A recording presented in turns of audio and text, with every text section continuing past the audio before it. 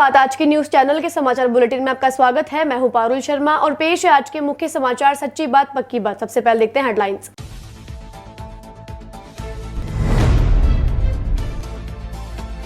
भाजपा युवा मोर्चा ने फूका सीएम गहलोत का पुतला। पेपर लीक मामले में प्रदेश भाजपा के निर्देश पर किया प्रदर्शन।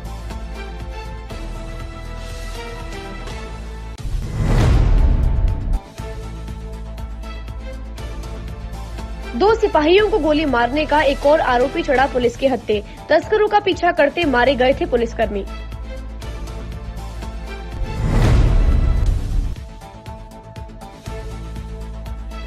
आए रोज हो रही अजमेर में आत्महत्याएं, इस बार इलेक्ट्रीशियन ने लगाई फांसी।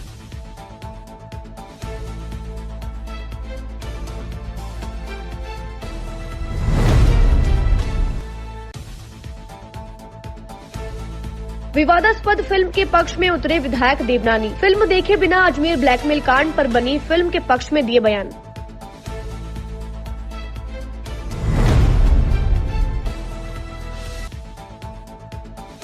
तेज बारिश और अंधड़ से लोहे की चादर ने ली जान। 7 साल की बच्ची ने गंवाई जान।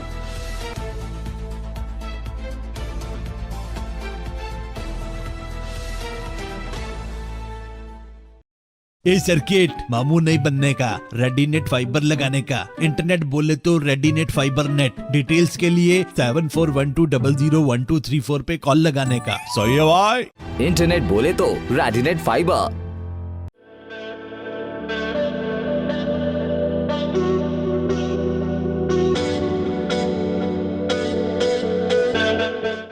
अजमेर शहर में प्लॉट, मकान, फ्लैट, दुकान आदि खरीदने, बेचने व किराए हेतु आज ही प्ले स्टोर से डाउनलोड करें Varsha real estate app.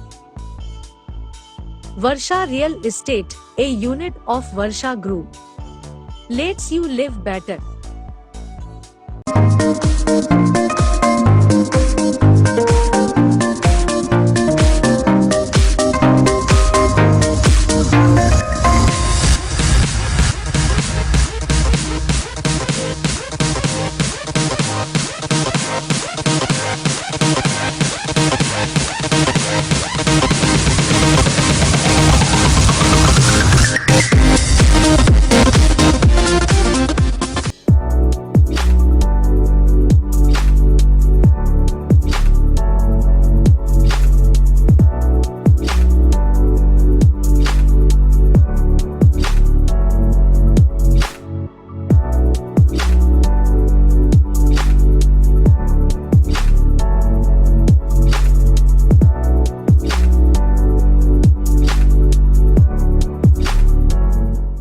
Dolphin Water Park अब नए रूप में पूरे परिवार के लिए मनोरंजन का स्थान, जहां है kids pool, swimming pool, wave pool, rain dance, slides,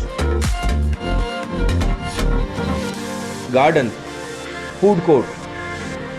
तो चले आइए Dolphin Water Park near Nareli Jain temple, National Highway 8, ग्राम गुवाहाटी, अजमेर। कॉन्टैक्ट 9950274420।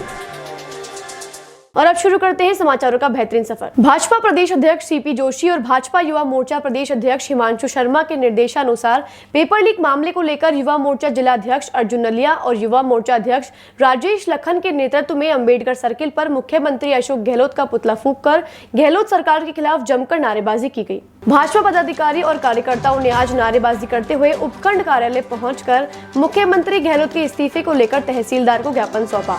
ज्ञापन में जिलाध्यक्ष अर्जुन नलिया ने बताया कि राजस्थान विधानसभा चुनाव 2018 में पूर्व भारतीय राष्ट्रीय कांग्रेस दल द्वारा जन घोषणा पत्र जारी किया गया था, जिसके पृष्ठ क्रमांक 15 के बिंदु क्रमांक 6 के माध्यम से यह वादा किया गया था कि रीट की समीक्षा करते हुए अन्य प्रतियोगी परीक्षाओं से जुड़ी विसंगतियों को दूर किया जाएगा।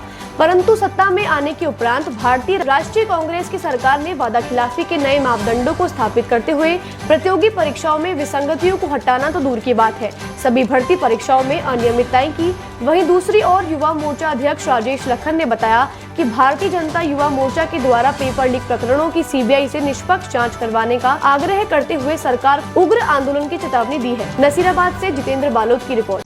भारतीय जनता पार्टी प्रदेश अध्यक्ष सीपी जोशी जी और भाजपा प्रदेश अध्यक्ष हिमांशु शर्मा जी के निर्देशानुसार भारतीय जनता युवा मोर्चा ने पूरे राजस्थान के अंदर जिले वाइज प्रदर्शन करने का हमने आज कार्यक्रम रखा है। इसके अंदर जिस तरीके से कांग्रेस सरकार ने रिट के अंदर धांधली की है और जब रिट की धांधली के अंदर इनके बड़े बड़े अधिकारियों का नाम स्पष्ट हुआ है तो ये स्पष्टता से जांच नहीं करवा पा रही है।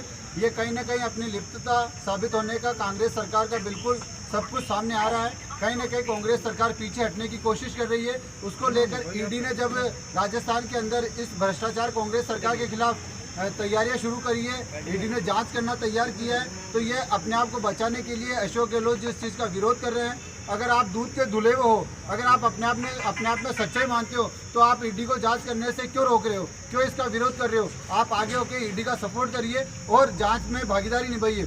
आप कहीं ना कहीं इस लिप्तता में मिले हो, आपके नेता मिले हुए हैं, आपके अधिकारी मिले हुए हैं। इसके लिए युवा मोर्चा युवाओं के साथ बेरोजगार जिस तरीके से आपने इनको लोगों को करके रखा है, युवा चुप नहीं बैठेगा, युवा मोर्चा का कार्यकर्ता चुप नहीं बैठेगा। आम जनताओं को साथ लेकर, युवा मोर्चा के कार्यकर्ताओं को साथ लेकर, युवाओं को साथ लेकर हम बड़े स्तर पर आंदोलन करेंगे। आज हमने प्रत्येक जिले के अंदर ज्ञापन दिया है। आज हमने अजमेर जिले में भी ज्ञापन दिया है, प्रदर्शन किया है। हमने अशोक गहलोत जी का पुतला जलाया है, कांग्रेस सरकार का पुतला जलाया है। अगर ये तुरंत प्रभाव से अशोक गहलोत जी युवा मोर्चा आपसे मांग करता है कि आप नैतिकता से इस्तीफा दें, अन्यथा युवा मोर्चा बहुत जल्द कांग्रेस सरकार के खिलाफ जयपुर के अंदर आंदोलन खड़ा करेगा। भीलवाड़ा के 2 पुलिस कांस्टेबल पर फायरिंग कर हत्या के मामले में अजमेर जिला पुलिस को एक और सफलता हाथ लगी है।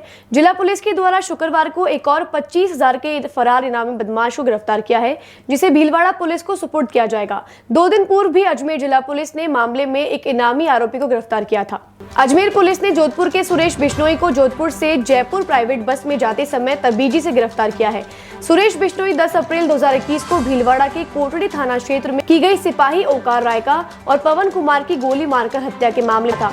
दर्शकों, हम आपको बता दें, पुलिस मादक पदार्थों की तस्करी कर रहे तस्करों का पीछा कर रही थी। भीलवाड़ा पुलिस ने रिपोर्ट दर्ज आरोपियों की गिरफ्तारी शुरू की और 16 लोगों को गिरफ्तार किया था। सुरेश बिश्नोई फरार चल रहा था। आईजी अजमेर रेंज के निर्देश पर मांगलियावास थाने के सब इंस्पेक्टर सुनील ताड़ा पर रामगंज थाने के सब इंस्पेक्टर सुरजीत सिंह समेत 5 लोगों की स्पेशल टीम बनाई गई, जिसने शुक्रवार सुबह आरोपी को गिरफ्तार कर लिया। शुक्रवार को मामले का खुलासा एसपी चुनाराम जाट के द्वारा किया गया। एसपी चुनाराम जाट ने बताया कि आरोपी को भीलवाड़ा पुलिस को सुपुर्द किया जाएगा।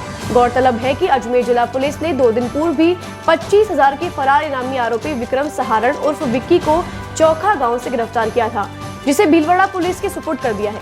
अजमेर पुलिस के द्वारा पिछले 3 दिनों में ये इनामी बदमाश की दूसरी बड़ी गिरफ्तारी हुई है। 3 दिन पहले विक्रम सारण को, जो 25,000 का इनामी था भीलवाड़ा पुलिस का, उसको मांगलियावास एसएचओ और उसकी टीम ने अरेस्ट किया था। आज उसी मुकदमे के अंदर जो 21/4/2021 का जो मुकदमा था भीलवाड़ा के कोटड़ी के अंदर, जिसमें पुलिस कर्मियों पर फायरिंग करके उनके हत्या के आरोपी जो सुरेश बिश्नोई है, उसको आज मांगलियावास एसएचओ और सुरजीत ठोलिया और उनकी टीम ने अरेस्ट किया है। रामगंज थाना अंतर्गत एक इलेक्ट्रीशियन ने अज्ञात कारणों के चलते कमरे में फांसी का फंदा लगाकर अपनी जीवन लीला समाप्त कर ली। रामगंज थाना पुलिस ने मृतक के शव को कब्जे में लेकर जेएलएन के चिकित्सकों द्वारा पोस्टमार्टम करवा शव परिजनों को सौंप दिया है। रामगंज थाने के एएसआई मनीराम ने जानकारी देते हुए बताया कि रामगंज थाना क्षेत्र के डॉक्टर खुंगर वाली गली में रहने वाले इलेक्ट्रीशियन 35 वर्षीय हेमंत कुमावत ने अपने कमरे में अज्ञात कारणों के चलते फांसी का फंदा लगा लिया, जिसकी मौत हो गई। रामगंज थाना पुलिस ने घटनास्थल का मौका मुआयना किया, जहां किसी प्रकार का कोई सुसाइड नोट बरामद नहीं हुआ। मृतक के चाचा की रिपोर्ट पर रामगंज थाना पुलिस ने मामला दर्ज कर आगे की कार्यवाही शुरू कर दी है। सूचना मिली थी कल दिन में हेमंत सनोव विमल किशोर कुमावत, उम्र इसकी 35 साल है। ये डॉक्टर खुंगर वाली गली रामगंज का रहने वाला है। इसने किसी परिस्थितिवश आत्महत्या कर फांसी लगाकर आत्महत्या कर ली है, जिस पे हमने मृत दर्ज किया 174 CRPC में। आज इसके चाचा जी गुड़गांव से आए हैं, पोस्टमार्टम करवा रहे हैं, बॉडी इनको सुपुर्द करेंगे। मृत्यु के वास्तविक कारण पोस्टमार्टम रिपोर्ट में क्या आएंगे, लोग क्या कहेंगे, आसपास जांच कर रहा हूँ अभी। जी सर, ये हेमंत क्या करता था? ये Hemant AC repair, cooler, electrician था, ये अविवाहित था। ये कोई किसी प्रकार का सुसाइड नोट नहीं है, चेक कर लिया है, फिर भी आगे हर पहलू पर जांच करेंगे। अभी तक कोई सुसाइड नोट नहीं मिला है। अजमेर के बहुचर्चित अश्लील फोटो ब्लैकमेल कांड पर बनी फिल्म अजमेर 92 को लेकर वाद विवाद का दौर लगातार जारी है और अब इसमें राजनीतिक दल भी उतर आए हैं। फिल्म 14 जुलाई को रिलीज होने जा रही है। उससे पहले फिल्म को बैन करने की मांग भी जोर पकड़ती जा रही है। इस सबके बीच पूर्व मंत्री और विधायक वासुदेव देवनानी ने इस पर बड़ा बयान दिया है। देवनानी ने कहा कि फिल्म सत्य घटना पर आधारित है और इसमें उस समय के युवा कांग्रेस के भी कुछ लोगों के नाम भी शामिल हैं। ऐसे में अगर फिल्म के जरिए पर्दाफाश होता है तो किसी को आपत्ति नहीं होनी चाहिए। देवनानी ने कहा कि इससे पहले कश्मीर फाइल्स और केरला स्टोरी को लेकर भी समाज में भ्रम पैदा करने की कोशिश की गई, लेकिन सत्य घटनाओं पर आधारित ऐसी फिल्मों को लेकर समाज में जागरूकता और समझ बढ़ती है। वैसे तो ये फिल्म बन के आएगी तब इस पर टिप्पणी करना ज़्यादा उचित रहेगा, लेकिन लोकतांत्रिक देश में संविधान में जो हर एक को अधिकार है उसके तहत फिल्म बनाने का भी फिल्म बनाने वालों को अधिकार है। इसमें क्योंकि कांग्रेस के युवा कांग्रेस के लोग इसमें इन्वॉल्व हैं और उसका यदि कोई पर्दाफाश होता है तो उसमें किसी को भी आपत्ति नहीं होनी चाहिए। सत्य चीज सबके सामने आए और लोग उससे अवगत हों। मैं समझता हूँ कि बाकी जो लोग कानूनी लड़ाई लड़ रहे हैं, कानून को अपना काम करने दें, जो कुछ उसका निर्णय आएगा उसके अनुसार सबको उसका उपयोग करना पड़ेगा। लेकिन पिछले दिनों आपने देखा होगा कि कुछ तत्व ऐसे हैं, कश्मीर स्टोरी है, कश्मीर फाइल, जिसके बारे में लोगों ने काफ़ी आपत्ति की और कोर्ट तक गए।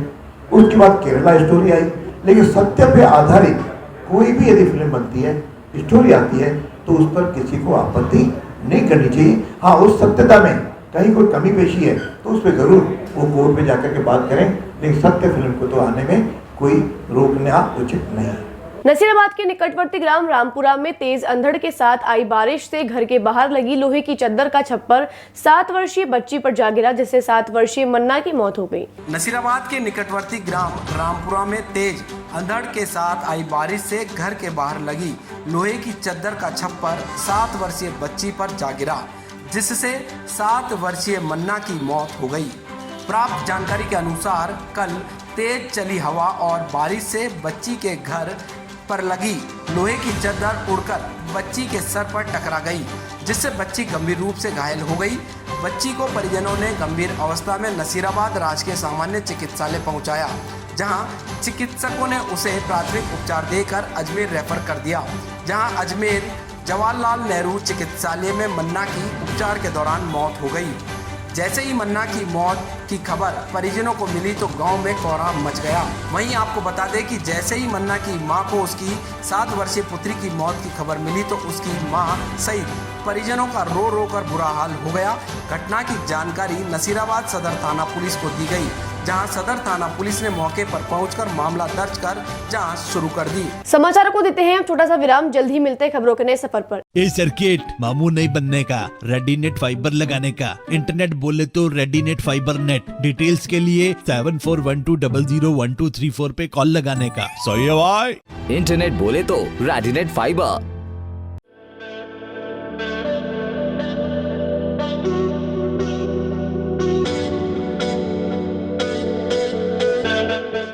अजमेर शहर में प्लॉट, मकान, फ्लैट, दुकान आदि खरीदने, बेचने व किराए हेतु आज ही प्ले स्टोर से डाउनलोड करें Varsha real estate app.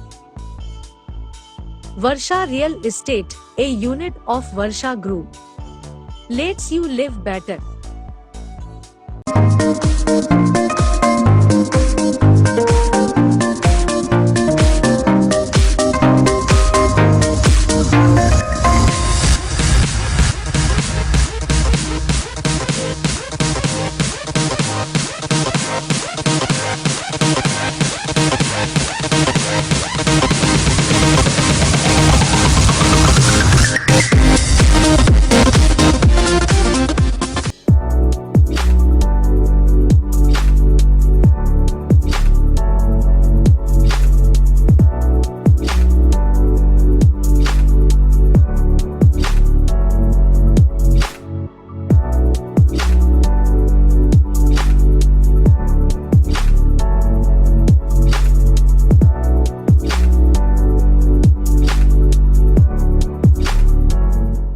Dolphin Water Park अब नए रूप में पूरे परिवार के लिए मनोरंजन का स्थान, जहां है kids pool, swimming pool, wave pool, rain dance, slides, garden, food court. तो चले आइए Dolphin Water Park near Nareli Jain temple, National Highway 8, ग्राम गुवाहाटी, अजमेर। कॉन्टैक्ट 9950274420।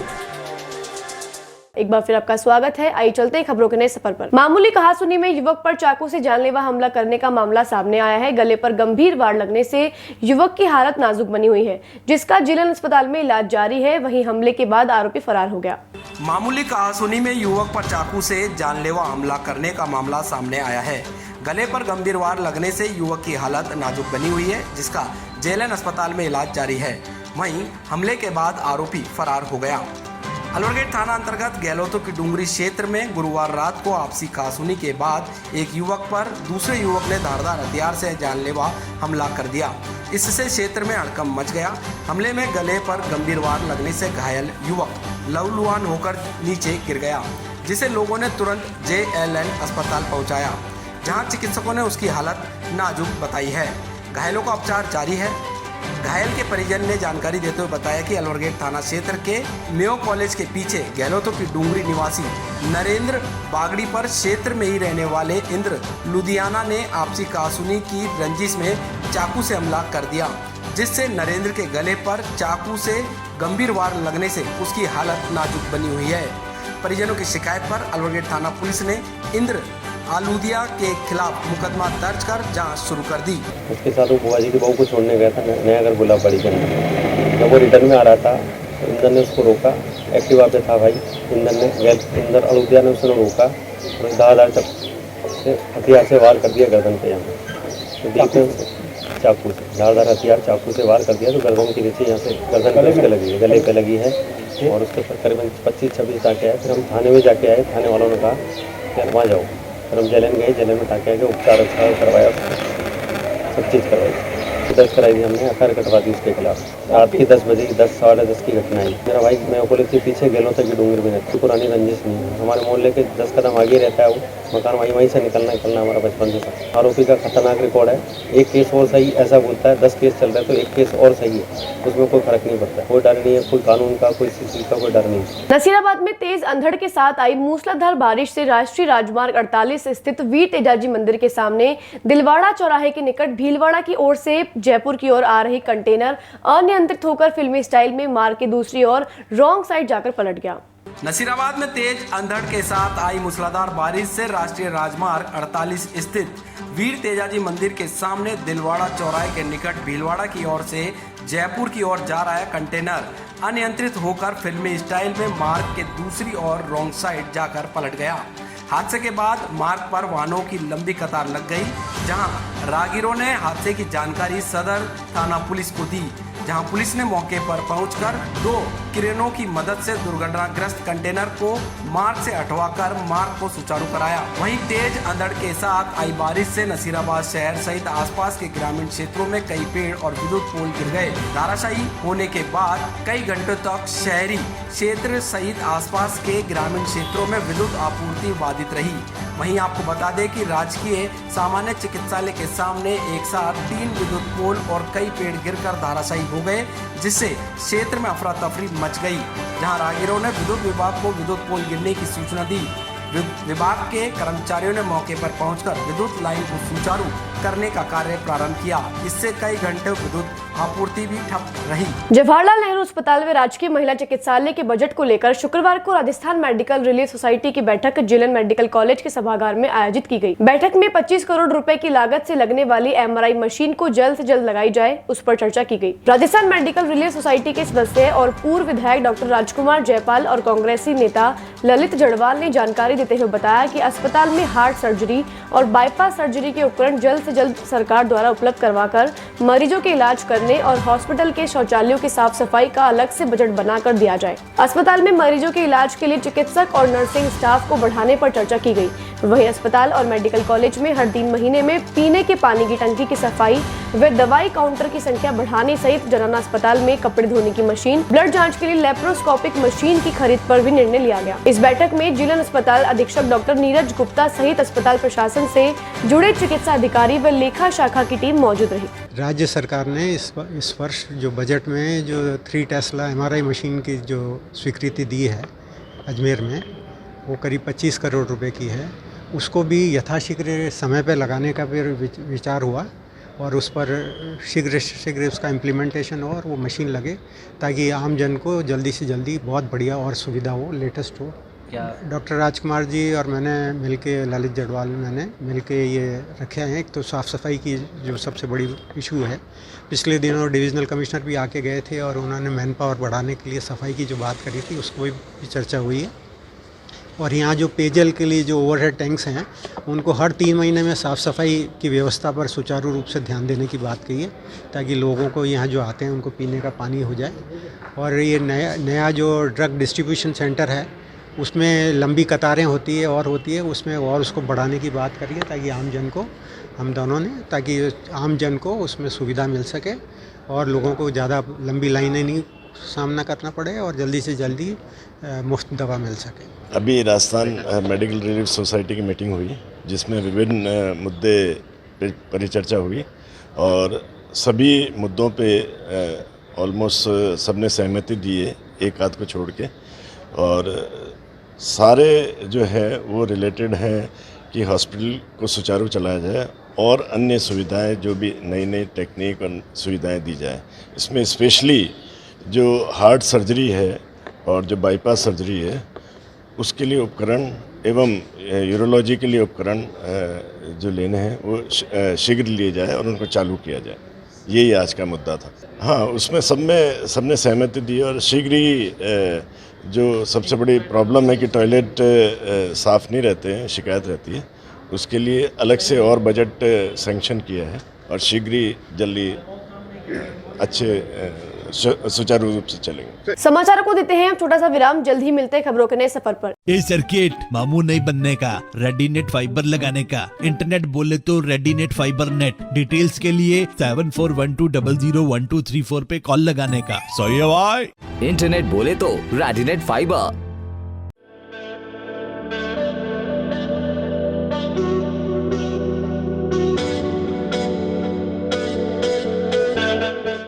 अजमेर शहर में प्लॉट, मकान, फ्लैट, दुकान आदि खरीदने, बेचने व किराए हेतु आज ही प्ले स्टोर से डाउनलोड करें Varsha real estate app. Varsha real estate, a unit of Varsha group, lets you live better.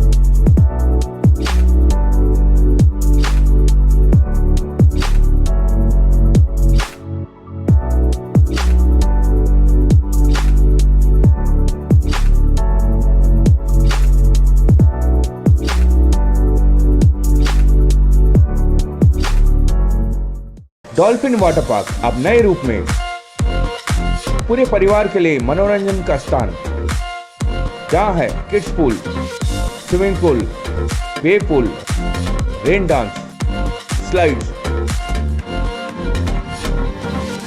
Garden, food court.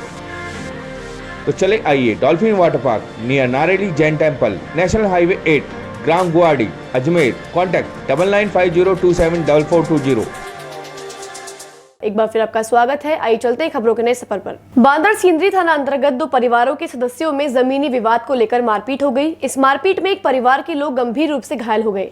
घायल परिवार में आज जिला पुलिस अधीक्षक चूनाराम जाट के समक्ष पेश होकर बांदर सिंदरी थाना पुलिस को निष्पक्ष जांच करने के लिए ज्ञापन सौंपा है।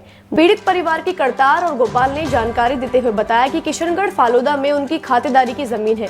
जिसकी 1968 में रजिस्ट्री हो रखी है। उनके चाचा और उनके लड़के दिलीप और दीपू को उन्होंने मकान बनाने के लिए 500 गज जमीन बिना किसी कागजी कार्यवाही के दान कर दी थी। दीपू और दिलीप जमीन की मांग को लेकर उनके साथ मारपीट व गाली गलौज करते हैं। कुछ दिनों पहले भी करतार की बीवी और करतार खेत में काम कर रहे थे। इसी दौरान दीपू और दिलीप ने हथियारों से लैस होकर उनके साथ मारपीट कर जख्मी कर दिया। करतार और गोपाल ने यह भी बताया कि दिलीप पटवारी और दीपू सॉफ्टवेयर इंजीनियर हैं और उनके चाचा तिलोनिया कॉलेज के इंचार्ज हैं। उनके ऊंचे रसूखात के चलते पुलिस मारपीट करने वालों पर कार्यवाही नहीं कर रही है। आज एसपी के समक्ष ज्ञापन सौंपा गया और एसपी ने मारपीट करने वालों के खिलाफ निष्पक्ष जांच कर कार्यवाही करने की बात कही है। मेरे अंकल के 2 लड़के साथ आए हैं और मेरे अंकल का एक लड़का यहाँ का है और मेरे पिताजी और मेरे भाई और मेरी भाभी को उन्होंने बहुत बुरी तरह से मारा है और उनके फ्रैक्चर है, उनका इलाज होगा, अभी ऑपरेशन भी होने वाला है। और हमारी खातेदारी ज़मीन है, सन 1968 की रजिस्ट्री है। उनके पास मकान बनाने के लिए ज़मीन नहीं थी तो हमने उनको 400-500 गज बिना लिखावट बिना ऐसे मौखिक की उनको बनाने की इजाज़त दे दी। उन्होंने मकान बना लिया और उनका एक पुत्र अभी वर्तमान में पटवारी है, एक सॉफ्टवेयर इंजीनियर है। हमारे अंकल खुद ये जो बेयरफुट कॉलेज तिलोनिया उसका इंचार्ज है। तो उनको एक पैसे का घमंड और एक लोगों का जो लाइजनिंग है उनकी वजह से हम गरीब लोगों को परेशान कर रहे हैं और आए दिन मारपीट करते हैं, गाली गलौज करते हैं, जान से मारने की धमकियाँ देते हैं। तो आज हम लोग एसपी साहब के सामने गुहार लगाने के लिए आए। हमने थाने में भी एफआईआर दी है लेकिन थाना भी हमारा सपोर्ट नहीं कर रहा है, बिल्कुल उनका समर्थन कर रहा है। हम मानते हैं जहाँ तक बिका हुआ ही है पूरा, हमारा कोई भी समर्थन नहीं करता। थाने वाले आए दिन हर किसी को धमकाते हैं, अंदर डालने की धमकियाँ देते हैं। तो आज हम एसपी साहब से मिले हैं और एसपी साहब ने हमें न्याय दिलाने का पूर्ण विश्वास दिलाया है और हमें उम्मीद भी है कि हमें एसपी साहब न्याय दिलवाएंगे। हाँ, मैं बेड़ लेके गया था खेत पे, तो खेत में बेड़ लेके खेत में बेड़ छोड़ता ही हमारे सरिया और लाठी और पत्थर से वार कर दिया साहब। दिलीप और दीपू ने सर, हमारे 4 जनों के चोट आई सर। सरिया और पत्थर और लाठी सरिया की लगी हुई। पत्नी है मेरी, ये खेत में सूर सपाट करने के लिए गई थी। उनसे आके फिर खेत को जोतने के लिए भाई सूर सपाट कर दो। ज़मीन हमारी, उसको मकान बनाने के लिए जगह दी थी। हमारे अंकल के साथ आए थे 2 बच्चे, उसको दी थी। मकान बना के अब कह रहे हैं कि 5.5 बीघा की तुम रजिस्ट्री करवाओ, नहीं तो हमारे को मार देंगे, ऐसे कर देंगे। तो हमारी कोई सुनवाई नहीं हो रही है साहब। मैं पुलिस में भी खूब कंप्लेन कर दिया, 6 महीने से परेशान कर रहे हैं। पहले मैं हमारी माँ के चोट आई थी माथे में और बाली तोड़ ले गया इसकी। दीन दुखी दिव्यांग सेवा संस्था द्वारा आज पक्षियों के दाना पानी के लिए दाना पानी प्रोजेक्ट का एसपी चुनाराम जाट से उद्घाटन कराया गया। संस्था अब घर घर जाकर पक्षियों के लिए दाना पानी का सामान वितरण करेगी। दीन दुखी दिव्यांग सेवा संस्था के उपाध्यक्ष रियाज अहमद मंसूरी ने बताया कि आज प्रोजेक्ट का एसपी चुनाराम जाट के हाथों से उद्घाटन कराया गया। अब कैंप लगाकर लोगों को परिंदों के लिए पानी और घोंसला अपने घरों पर लगाने के लिए जागरूक किया जाएगा। अभी कैंप में 250 दाना पानी और घोंसले बांटने का लक्ष्य रखा गया है। जैसे जैसे जरूरत पड़ेगी प्रोजेक्ट को आगे बढ़ाया जाएगा। इतनी भीषण गर्मी में परिंदों को पानी और घोंसलों की जरूरत पड़ती है, इसके लिए प्रोजेक्ट की शुरुआत की गई। आज हमने दीन दुखी दिव्यांग सेवा संस्था की ओर से एक प्रोजेक्ट का उद्घाटन करवाया अपने एसपी चुनाराम जी के हाथों से। और वो जो है आज हमने इसलिए ये करवाया है कि इस गर्मी के अंदर भरी तपती धूप में परिंदों को पानी की दाने की व्यवस्था का इंतज़ाम करना पड़ता है और धूप में जो है पानी की आवश्यकता अधिक होती है। इसलिए आज हमने परिंदों के लिए दाना पानी और घोंसले का इंतज़ाम किया है और घर घर जाके उन लोगों को जागृत करेंगे और कैंप लगा के उसको जो है हम लोगों को जागृत करके उनको देंगे, समझाएंगे कि भाई ये चीज़ें अपने घर में यूज करो ताकि परिंदे जिन घरों में परिंदे आते हैं उनके लिए एक दाना और पानी का इंतज़ाम रहे। इसीलिए आज हमने चुनाराम जी के हाथों से इसको प्रोजेक्ट को करवाया ताकि लोगों में जागरूकता पैदा हो और ये हम अब कैंप लगा के लोगों के घरों तक पहुंचाएंगे। अब पहले हम लोगों को जागृत करेंगे, फिर उसी हिसाब से अभी तो हमारा टारगेट 250 का है। 250 तो अभी हम बांटेंगे, फिर उसके बाद में धीरे धीरे इसकी कैपेसिटी बढ़ाएंगे जैसे देखेंगे लोगों को अगर हाँ इसमें जागरूकता पैदा होती है। बलदेव नगर वार्ड नंबर 75 में सीवरेज कनेक्शन के पड़े अधूरे कार्य से परेशान होकर आज क्षेत्र की महिला विकास समिति की महिलाओं ने स्मार्ट सिटी प्रोजेक्ट के अधिकारी और नगर निगम के खिलाफ विरोध दर्ज कर अधूरे पड़े कार्य को पूरे कराने की मांग की है। समिति के अध्यक्ष इंदु शर्मा के नेतृत्व में महिलाओं ने बताया कि सीवरेज कनेक्शन 4 मकानों में कर दिया और बाकी घरों में कोई कनेक्शन नहीं किए गए हैं और तो और उन 4 घरों के कनेक्शन को चालू भी कर दिया गया, जिसका गंदा पानी सड़कों पर बहता है। पूरे क्षेत्र में बदबू आती रहती है। ठेकेदार ना सुनता है ना काम कर रहा है। सड़कों पर गड्ढे पड़े हैं। मंदिर जाने वाली बुजुर्ग महिलाओं को परेशानियों का सामना करना पड़ रहा है। क्षेत्रवासियों की मांग है कि सीवरेज कनेक्शन पूरे क्षेत्र में किए जाएं, नहीं तो ये जिन घरों में कनेक्शन किए गए हैं उनको भी बंद कर दिया जाए, जिससे क्षेत्रवासियों को बदबू से परेशानी नहीं हो। और इधर गैस वालों ने सड़कों को खोद दिया है, वो भी अधूरा कार्य छोड़कर चले गए हैं। प्रदर्शन करने वाले क्षेत्रवासी महिलाओं में महिला समिति अध्यक्ष इंदु शर्मा सहित अन्य महिलाएं मौजूद रही। समस्या भैया हमारे यहाँ एक सीवरेज वालों ने पूरी रोड खराब कर रखी है और सिर्फ 4 कनेक्शन करे, बाकी के कनेक्शन करे नहीं है। और इन्हें सारा पानी गंदा रोड पे आ रहा है और हम रोज उंगाल के मंदिर जाते हैं उसको, और बदबू आ रही घर में। मतलब खाना भी नहीं खा सकते बैठ के, इतनी मतलब मुकेश जी को और वो गैस पाइपलाइन वाले भैया भी क्या नाम बताया, विकास भैया वो वगैरह आते हैं और देख के चले जाते हैं। 5 के वो कोई आते हैं देख के चले जाते हैं। मैं तो सही देखे तो सही ना कि भाई क्या हाल हो रहा है। आप रोड खुद देखो ना कितनी वो खराब हो रही है। मंदिर वगैरह जाते हैं तो बिल्कुल सही नहीं है। और अभी बारिश का मौसम अलग हो रहा है, रोज बारिश आ रही है, रोड खराब हो रही है, सुन ही नहीं देखो घर में पानी भर रहा है। हाँ, समस्या बताएं आपकी। 4 घर पे तो गैस सीवरेज का कनेक्शन कर दिया, उसके बाद वो गैस का काम भी अधूरा करके गैस वाले ठेकेदार भी चले गए भाग के, और ये सीवरेज वाला भी अधूरा काम छोड़ के और 4 घर पे कनेक्शन देके चालू कर दिया। गंदगी सारी बाहर आ रही है, मंदिर आने जाने वाले कैसे आओगे, बूढ़े बुजुर्ग गिर रहे हैं, पाइपलाइन जोड़ी नहीं, कनेक्शन चालू कर दिया। कंप्लेन करी वो सुना ही नहीं कर रहा है हमारी, हम क्या करें। पिछले महीने मुख्यमंत्री अशोक गहलोत की सभा में माइक की खराबी पीडब्ल्यूडी के 2 अफसरों पर भारी पड़ गई। जिला प्रशासन ने इसे कर्तव्य में लापरवाही मानते हुए एक को 17 सीसी की चार्जशीट और दूसरे को कारण बताओ नोटिस जारी किया है। गौरतलब है कि सभा में माइक खराब होने के कारण काफी देर तक सीएम का भाषण बाधित रहा। बाद में दूसरा माइक आने पर ही निर्बाध भाषण हो पाया। संबोधन में माइक की खराबी को लेकर सीएम ने मंच से ही नाराजगी जाहिर की थी। इसके बाद जिला प्रशासन ने पीडब्ल्यूडी के एक्ससीएन विद्युत खंड के एसके मेघवंशी को 17 सीसी की चार्जशीट जबकि एसी अशोक तंवर को कारण बताओ नोटिस जारी किया। प्रशासन के अनुसार एक्ससीएन द्वारा माइक साउंड आदि का पूर्व में परीक्षण नहीं किया गया। ये कृत्य विभागीय और पदीय कार्यों के प्रति लापरवाही, उच्च अधिकारियों के दिशा निर्देशों और आदेशों की अवहेलना और प्रशासन की छवि को धूमिल करने वाला है। इसके लिए मेघवंशी को दोषी माना गया। एक्ससीएन पर पदीय दायित्वों को गंभीरता और उत्तरदायित्वपूर्ण निर्वहन नहीं करने का आरोप पत्र जारी दिया गया के लिए माइक साउंड की व्यवस्था अधिशासी अभियंता को करनी थी। मुख्यमंत्री द्वारा आम सभा के संबोधन के समय स्टेज पर रखा माइक खराब हुआ था। मुख्यमंत्री के संबोधन में विघ्न आया। इस पर उन्होंने खराब माइक को लेकर स्टेज से ही अपने संबोधन के दौरान उपस्थित जनसमूह के समक्ष अप्रसन्नता जाहिर की थी और असंतोष प्रकट किया था। दर्शकों, हम आपको बता दें, हाल ही में बाड़मेर में आयोजित सीएम के कार्यक्रम में भी माइक खराब होने पर सीएम ने नाराजगी जताते हुए माइक को कलेक्टर के सामने फेंक दिया था और एसपी पर भी नाराज हुए थे। आज के समाचार बुलेटिन में बस इतना ही। कल फिर होगी आपसे मुलाकात, तब तक के लिए दीजिए इजाजत। नमस्कार।